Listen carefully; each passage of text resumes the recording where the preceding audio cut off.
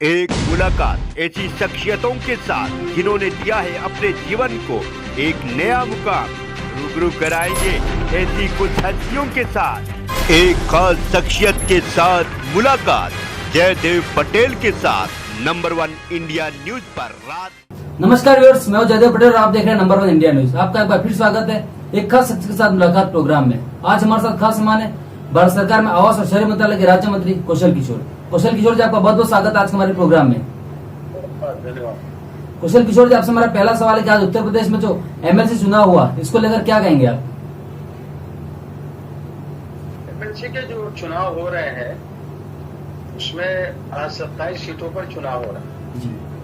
और 27 सीटों पर सभी सीटों पर भारतीय जनता पार्टी के प्रत्याशी जीतेंगे, क्योंकि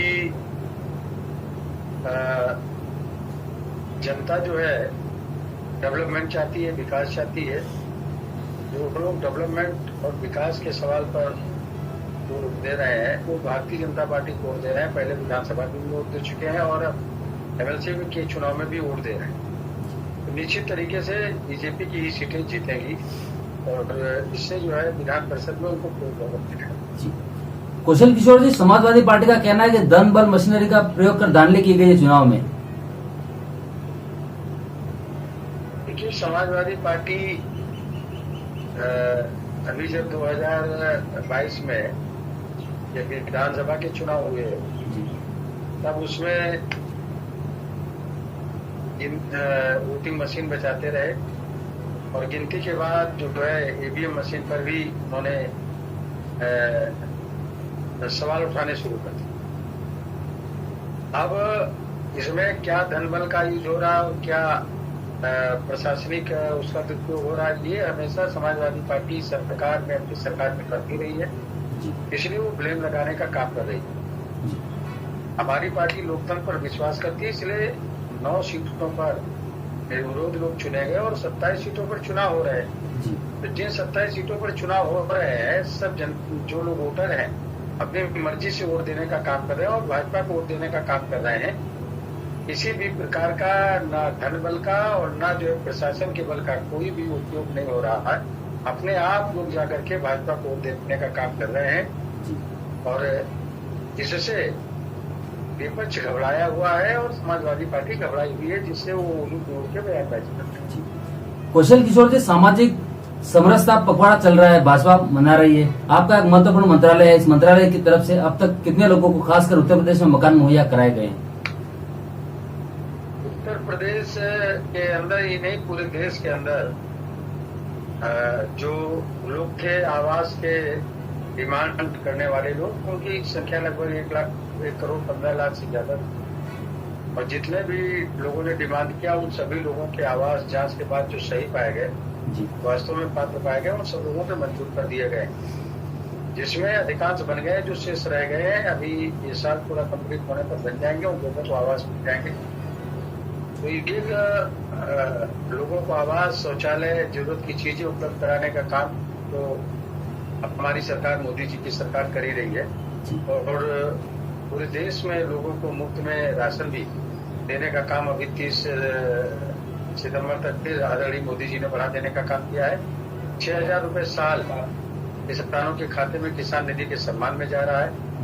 तो इस तरीके से जो ये हमारा बंटवारा चल रहा है, इस जनता के लिए, लोगों के लिए, किसानों के लिए, मजदूरों के लिए, महिलाओं के लिए, बुजुर्गों के लिए, छात्रों के लिए और सभी लोगों के लिए एक बेहतर तरीके से पखवाड़े में जानकारी देना, क्या क्या चीजों की जरूरत है उनको बताना, जानकारी देना, इस तरह का एक पखवाड़ा लोग मनाने का काम कर रहे हैं। जी, कौशल किशोर जी, आपसे मेरा क्लोजिंग क्वेश्चन है कि आप लोगों ने 13 तारीख को लखनऊ में एक बड़ा आयोजन कर रहे हैं डॉक्टर भीमराव अम्बेडकर की जयंती को लेकर के, क्या रूपरेखा रहेगी उसकी? अम्बेडकर जी की जयंती के एक दिन पहले 13 अप्रैल को लखनऊ के गांधी भवन सभागार में और उसके प्रांगण में करीब 2000 डेलीगेट शामिल होंगे, जिसका विषय है डॉक्टर अम्बेडकर के मिशन को पूरा करने में भारतीय जनता पार्टी व आरएसएस की भूमिका। क्योंकि बहन मायावती जी 4 बार मुख्यमंत्री रही, जिसमें 3 बार बीजेपी ने उनको मुख्यमंत्री बनाया। डॉक्टर अम्बेडकर का मिशन पूरा कर दिया। उन्होंने वो मिशन पूरा नहीं किया। जनता ने एक बार पूर्ण बहुमत दिया तब भी पूरा नहीं किया। और ये काम भारतीय जनता पार्टी कर रही है। और अब आप देख रहे होंगे कि बहन मायावती जी का बीएसपी का साथ जो लोग दे रहे थे, वो उनका साथ ट्रेडिशनल वोट भी उनका साथ छोड़ रहा है। और अब धीरे धीरे उसका झुकाव, क्योंकि बीजेपी इन डॉक्टर अम्बेडकर की विचारधारा को लेकर के चल रही है और पूरा कर रही है, इसलिए बीजेपी की तरफ उनका रुझान बढ़ रहा है। और ये बात हमको लोगों तक के पहुंचाने का काम करना है कि डॉक्टर अम्बेडकर के जो 5 वो स्थान जहाँ वो पैदा हुए, जहाँ वो पढ़ाई लिखाई की, जहाँ वो रहे, जहाँ वकालत की, जहाँ लंदन में रहे और जहाँ पर अंतिम सांस ली और जहाँ पर दीक्षा लिया, सभी उन 5 स्थानों को हमारी सरकार ने वहाँ पर एक बड़े बड़े वो बना करके संग्रहालय उनको सुरक्षित किया, संरक्षित करने का काम किया और पंचतीर्थ के नाम से उनको घोषित करने का काम डॉक्टर अम्बेडकर के नाम पर किया है। इसके अलावा जो है प्रत्येक बैंक से एक शेड्यूल कास्ट को उद्यमी बनाने का काम भी हमारी सरकार, मोदी जी की सरकार कर रही है। तो इस तरह जो लोगों को बराबरी का दर्जा, उनके हक अधिकार का दर्जा, उनको आवास, शौचालय, सारी चीजें देना, ये डॉक्टर अम्बेडकर के मिशन को पूरा करने का काम भारतीय जनता पार्टी की सरकार कर रही है। डॉक्टर अम्बेडकर का मिशन है जाति विहीन शोषण विहीन समाज की स्थापना। तो बराबरी का दर्जा मोदी जी की सरकार देने का काम कर रही है।